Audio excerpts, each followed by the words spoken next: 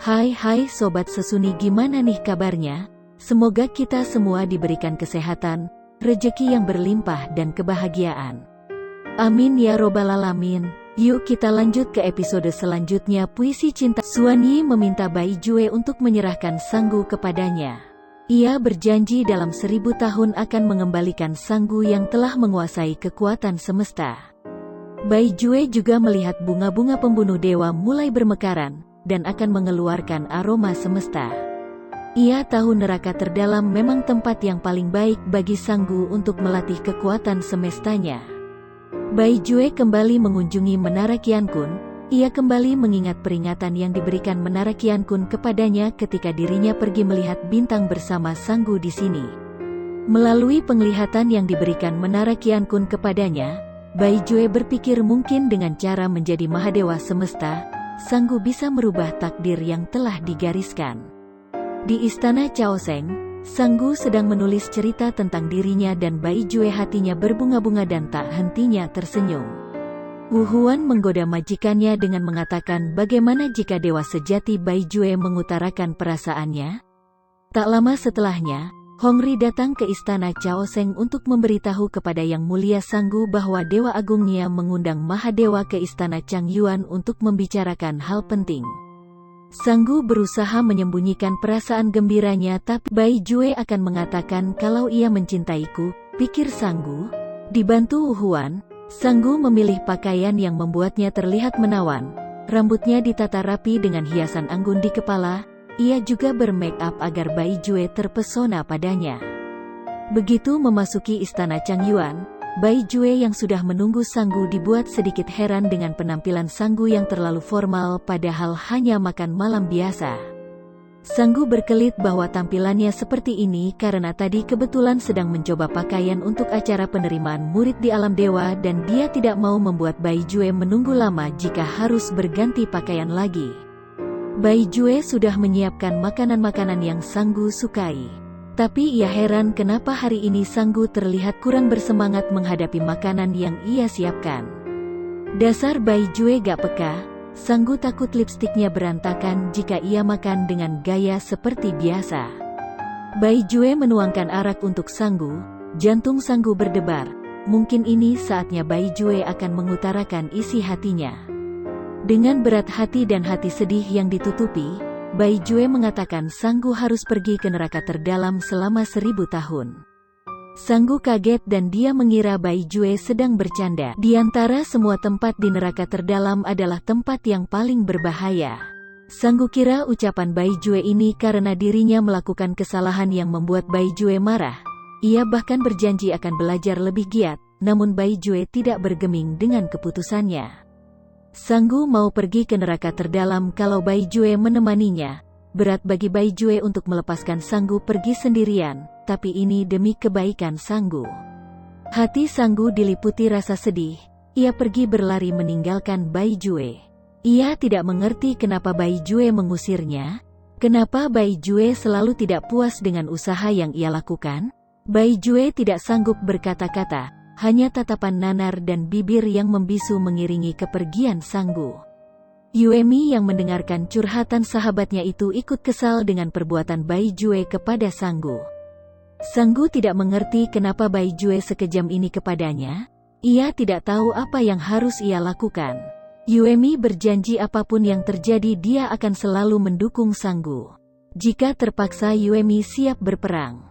Sementara Bai Jue melihat seolah-olah Sanggu ada di hadapannya sedang bermain di atas ayunan yang ia buatkan, tersenyum ceria seperti biasa kepadanya. Seketika raut wajah Bai Jue menjadi sedih, ia berhalusinasi. Ia membayangkan bagaimana 1000 tahun tanpa Sanggu pasti sangat berat. Ia pun meminta Hongri pergi memberikan kekuatan spiritual pada Wuqi supaya ia lebih cepat bersama dengan Fenggian. Hari pemilihan murid di alam dewa tiba. Dewata terpilih memasuki gerbang alam dewa. Ada 4 dewata terpilih, Dewata Zhongli dari Gunung Kunlun, Dewata Xiahui dari suku Bangau, Mu Guang dari suku Naga Emas. Mu Guang dari suku yang terhormat dan dia juga memenangkan posisi pertama di pertandingan alam bawah. Berdasarkan ini, ia adalah calon yang sempurna untuk menduduki posisi sebagai murid istana Chaoseng. Tersisa satu dewata lagi, ia adalah Gujun dari suku naga bersisik di Rawa Yuanling. Mendengar itu dewa-dewa yang hadir di sana bergunjing bagaimana bisa mengutus orang tak beradab ke hari pemilihan langit. Dewi Salju angkat bicara, ia menghina Gujun sebagai siluman rendahan yang tidak pantas ada di hari pemilihan langit. Namun Gujun yang mempunyai prinsip, justru melawan balik Dewi Salju dengan mengatakan jika alam dewa membeda-bedakan atas dasar latar belakang maka ia sendiri tidak ingin ada di sini dan tidak perlu memasuki alam dewa. Sanggu menghentikan perdebatan keduanya. Ia melihat Gujun memiliki sifat yang ada di diri Bai. Atas dasar itulah Sanggu memilih Gujun sebagai murid di istana Chaoseng. Bai Jue menolak keputusan Sanggu karena menurutnya Mu Guang adalah pilihan yang terbaik, tapi Sanggu tidak merubah keputusannya. Dewi Salju kembali berulah dengan mendebat Sanggu yang memilih Gujun sebagai murid hanya melihat wajahnya yang tampan tapi tidak melihat kemampuan. Mengapresiasi keluh kesah Dewi Salju, Sanggu pun mengajukan sebulan dari hari itu Gujun dan Dewi Salju akan bertanding. Jika Gujun kalah, maka Sanggu bersedia pergi ke neraka terdalam, tapi jika Gujun menang, Dewi Salju yang harus pergi meninggalkan alam dewa. Di istananya, Yuemi menyambut Mu Guang sebagai muridnya. Ia merasa beruntung di hari pemilihan langit ini ia mendapatkan murid seperti Mu Guang. Untuk itu, Yuemi menghadiahkan Mu Guang sebilah pedang. Meski Yuemi bukan bagian dari dewa sejati, tapi Yuemi berjanji akan mendidik Mu Guang dengan baik. Sebagai penghormatan dirinya diterima sebagai murid, Mu Guang ingin memberikan hadiah untuk gurunya tersebut. Yuemi meminta agar Mu Guang membuatkan sajak berpasangan untuknya, dengan kesan yang gagah karena di istananya belum ada. Sementara Gujun mengunjungi istana, namun yang ditemuinya adalah Wu Huan. Wu Huan menyampaikan pesan Sanggu kepada Gujun agar berlatih dengan keras agar bisa menang melawan Dewi Salju. Dari obrolan keduanya, ternyata mereka dari tempat yang sama yaitu Rawa Yuanling dan sama-sama bisa ke alam dewa karena petunjuk dewata tua. Mereka juga sama-sama orang yang dipandang rendah karena latar belakangnya. Jadi Wu Huan bisa mengerti perasaan Gujun.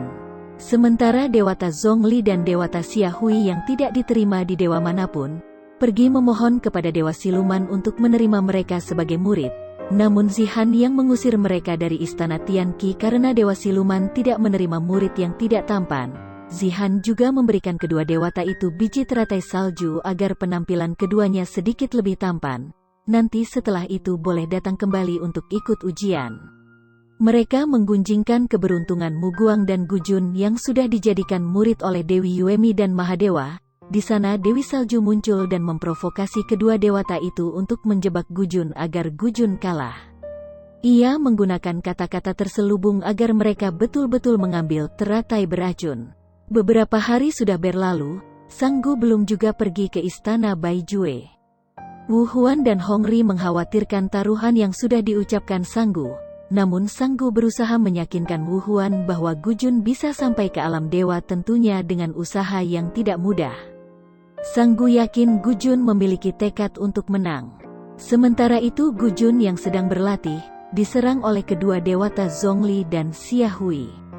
Di sini mereka saling beradu mulut, namun diam-diam dewata itu mengeluarkan teratai kepala 9 beracun dan meleset hingga masuk ke istana Taichu dan mengenai wajah Tianqi, Dewa Siluman. Akibat perkelahian tiga dewata itu istana Taichu kebakaran dan wajah Tianqi terluka. Wu Huan bergegas memberitahu Sanggu kalau Gujun ditahan di istana Taichu karena diduga ingin membunuh Dewa Siluman. Sanggu segera pergi menemui Tianqi. Di sana Tianqi pura-pura sekarat. Sanggu yang dibesarkan oleh Tianqi tentu sudah hafal dengan tabiat Tianqi. Ia balas mengerjai Tianqi dengan memberinya pengobatan totok darah.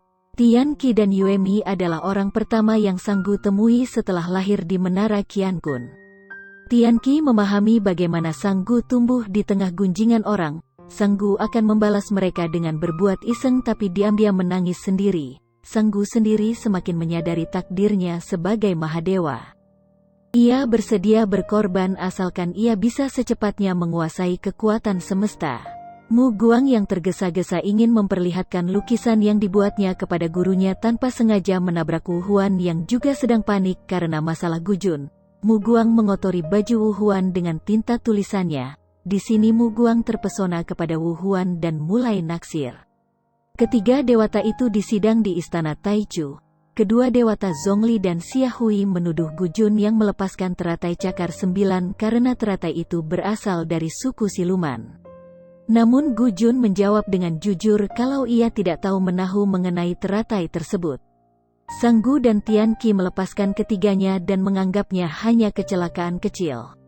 Di sini Tian Qi memeriksa aliran darah Gu Jun dan memberitahu Sang Gu kalau Gu Jun memiliki nadi dingin dan kekuatan spiritualnya berantakan.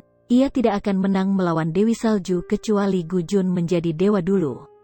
Mu Guang menawarkan diri sebagai teman berlatih bagi Gu Jun. Sekalian bisa lebih sering melihat Wu Huan. Hongri memeriksa jumlah teratai di kolam timur istana Chang Yuan yang memang kurang satu. Hongri curiga ini perbuatan Dewi Salju. Mengetahui hal itu, Bai Jue bergegas pergi menemui Sang Gu untuk membersihkan nama Gu Jun. Kelakuan Dewa Agungnya ini hanya tersenyum, ternyata Dewa Agungnya semakin mempedulikan Yang Mulia Sang Gu.